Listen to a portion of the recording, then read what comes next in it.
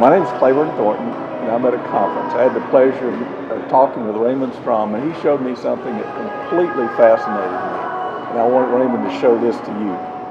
He told me the story that when the Dead Sea is formed each year, in the bottom of it, a layer of silt, as the waters come in, settle to the bottom, and that silt shows a very clear year after year layer.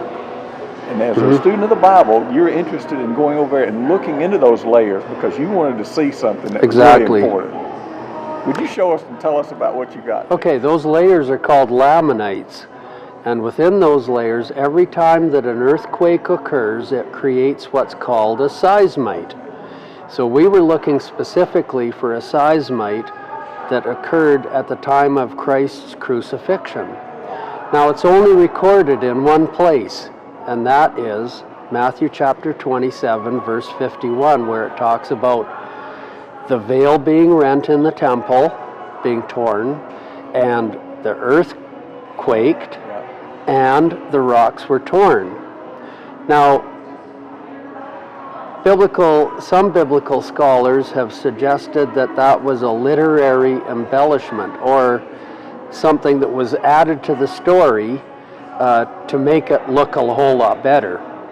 The reality is that we think and thought that that was a real event. So there must be evidence for that in these laminations that we find in the south end of the Dead Sea. Okay. So you could then go in there and look at those laminations, and you were specifically looking for a lamination that would show that there was an earthquake at the time of Christ's death. First of all, we looked for a major seismite that is indicated historically in the works of Josephus in the 7th year of Herod's reign. We also found one at 110 AD, and in between, roughly halfway in between, we found another small lamination that was disturbed into a seismite, which is this particular layer right here. Okay, so you had one before this and one after this.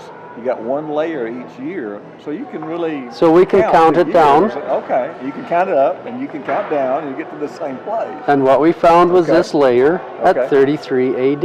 Excellent.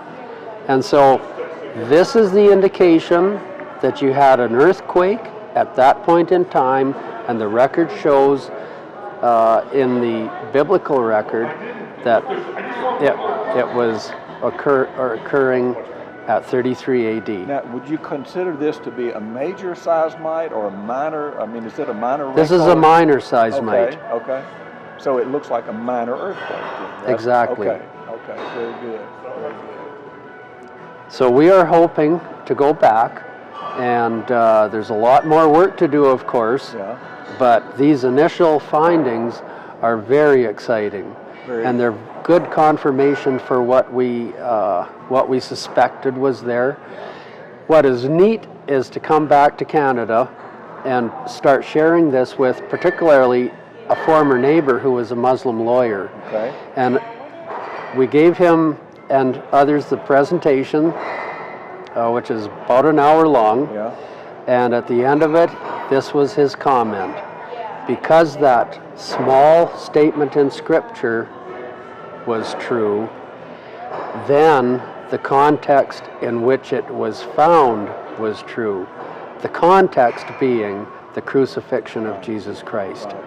So he recognized it. He got it. He got it. He really got it, yeah. So if people are interested in finding out more about this, how can they do that, Raymond? They can contact me by the email address that's provided on screen. Okay. Or probably easier would be to contact me through Logos Research Associates, which is found on the web. Yeah. That would be the easiest way. Okay, very good. So you do have more information about this. We do. But this gets out just the nugget. Exactly. That there was a wrinkle in the geologic layer at the time that Christ was killed, as the Scripture says. Exactly. Yeah. Thank you. Thank you.